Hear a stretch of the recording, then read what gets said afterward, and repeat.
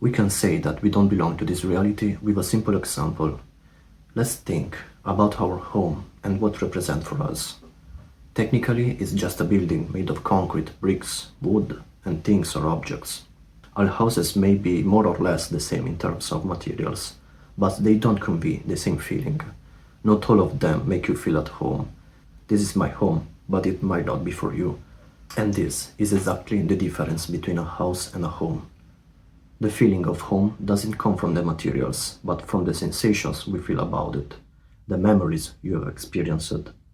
We can say that they are the sensations that make your home real, and they live in another plane of perception. They are invisible, yet they are precisely what make your experience real. And the human body works the same way, if you will. Our body is the vehicle that allows us to move in this dimension, but is not who we truly are. Just as a house isn't truly home without the feeling that makes it one, the body is also a temporary container for something much deeper, our consciousness, our essence, our true self. We live in another reality and are what makes this material reality real. At least we make it real according in what we believe, identifying with this world, but we are not here. Maybe you have heard this concept before, but it's like we are holograms transmitted here. Maybe the most authentic part of us exists elsewhere, in another dimension, in a state that we don't yet fully understand. And when you begin to see things in this way, we can understand why so many systems are based on the control of emotions, fear and shame. Because a person who believes they are just a body is easy to manipulate, easy to frighten, easy to control. That's why, if you understand that your consciousness doesn't belong to this material plane, then we can understand that we are extremely free. They can control our body, limit our movements, or influence our emotions, but they can imprison who we truly are. Because deep down, we are all part of the same whole. We are not separate. We are like fragments of something much larger. Every human being influences others continuously, even without realizing it. Everything changes the reality around us, every word, every gesture, every idea. When we read a book, observe an artist's work, or listen to a speech, we absorb that experience, and by making it our own, if we try to replicate it, it will never be identical. Because we combine it with our consciousness, our sensitivity, creating something new and original. It's exactly the same with thoughts. Every thought has a real weight. It's not exactly something abstract. A thought is an invisible but concrete construction. It is a connection of neurons, an electrical flow. And just as feeling of home exists on a different plane than the house itself, also thoughts exist on another level of reality from our body. When a thought arises within you, it doesn't just remain in your mind, especially if it precedes an action. Because it moves, can influence others and attract situations, events, or opportunities, and sometimes can also work against you. Every time we think, whether good or bad, we are setting a force in motion. And this can also be the case when a deep concentration on a goal can completely transform a person's life. When we maintain a constant mental direction, we begin to attract auxiliary forces, like new ideas, connections, and people who are compatible or willing to help us. So, it's useless to stress ourselves needlessly, chasing situation on the material plane, simply because often it's precisely the persistent, silent, and focused mind that creates the greatest change in ourselves. While today we are obsessed with the material plane, it's interesting to note that many ancient traditions were perfectly aware of these concepts. If we think about it for a moment, almost all past civilizations spoke of a humanity much more connected to the nature and consciousness. And what if the greatest secret ever hidden from humanity wasn't a treasure, a technology, or an ancient weapon, but the true nature of human consciousness? We have examples from almost every ancient culture, from the Druids of Scotland, the ancient Egyptians, Native Americans, or Tibetan monks. Stories are repeated, connected by the profound connection this human had with Earth. They were or are able to perceive energies, understand the rhythm of the Earth, read the patterns in the stars, and live in harmony with the world around them. They had an emotional awareness much more connected to the natural world. But how we did forget all of this? Over the centuries, humanity has slowly been disconnected from its deepest nature. Social systems have transformed into structures increasingly oriented toward control, productivity, and constant distraction. Education has begun to prioritize obedience over imagination. Everything we have learned has been ridiculized or turned into a myth. The modern world rewards speed, consumption, and constant repetition, while silence, introspection, instinct, and wonder are almost treated as useless. And perhaps this is why every culture on the planet preserves stories of mysterious beings, hidden kingdoms, and lost knowledge. Maybe they weren't simply fantasies, but memories of a time when human beings was more aware and not yet separated from themselves.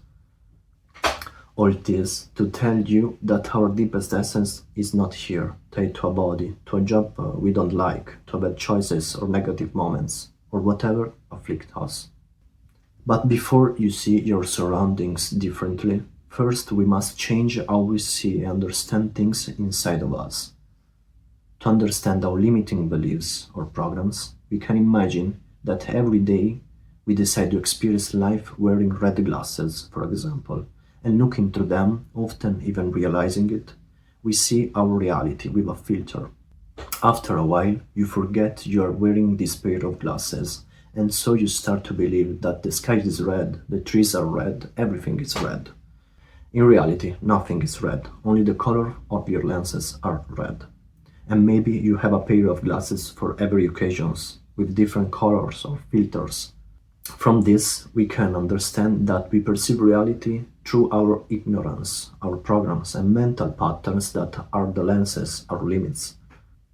We can say that the reality is objective, and we compose a layering through our mind and reality. Life is how you react to things, not what happened to you. Our reactions can be affected by prejudice or programs, which could be your health, your wealth, your education, or your experience.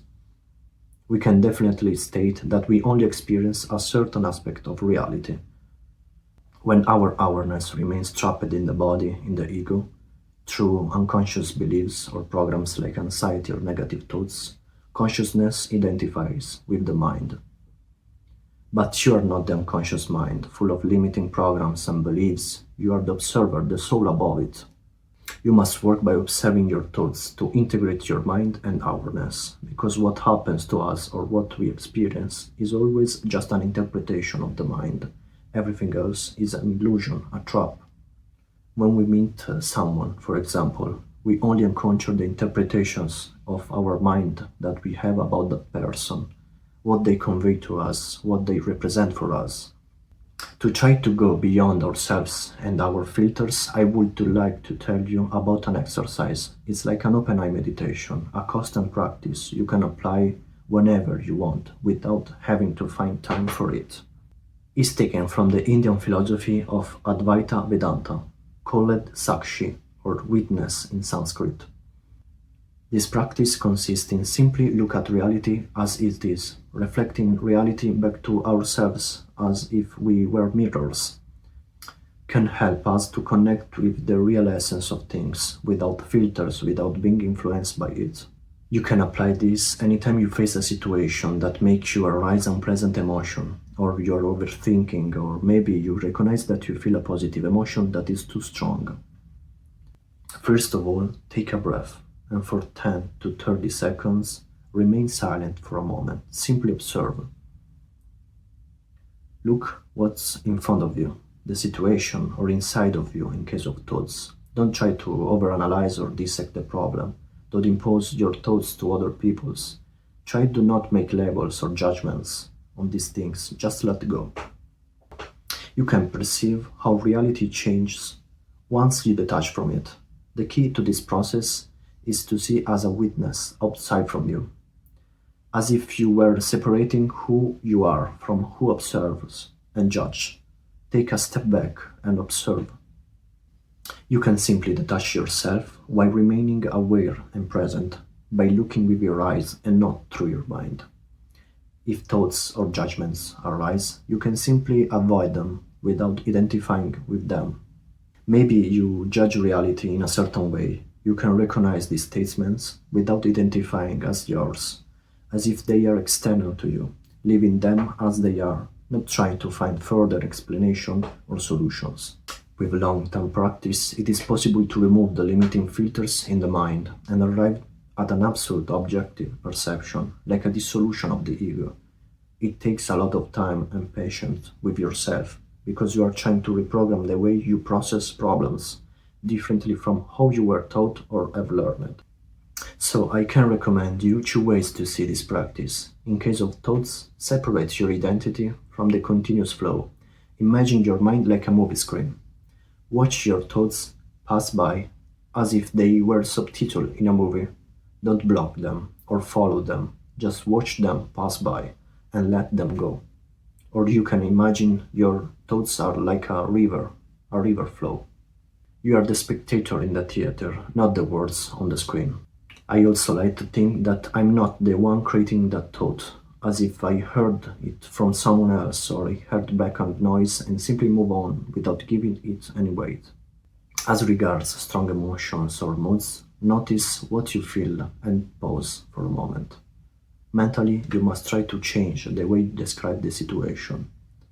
Instead of trying or saying, I'm sad, I'm angry, I'm anxious, repeat to yourself, right now there is sadness, anger, anxiety going through my mind. This shift in words creates a space between you, witness, observer, and the emotion as passing event, because every emotion is a passing event.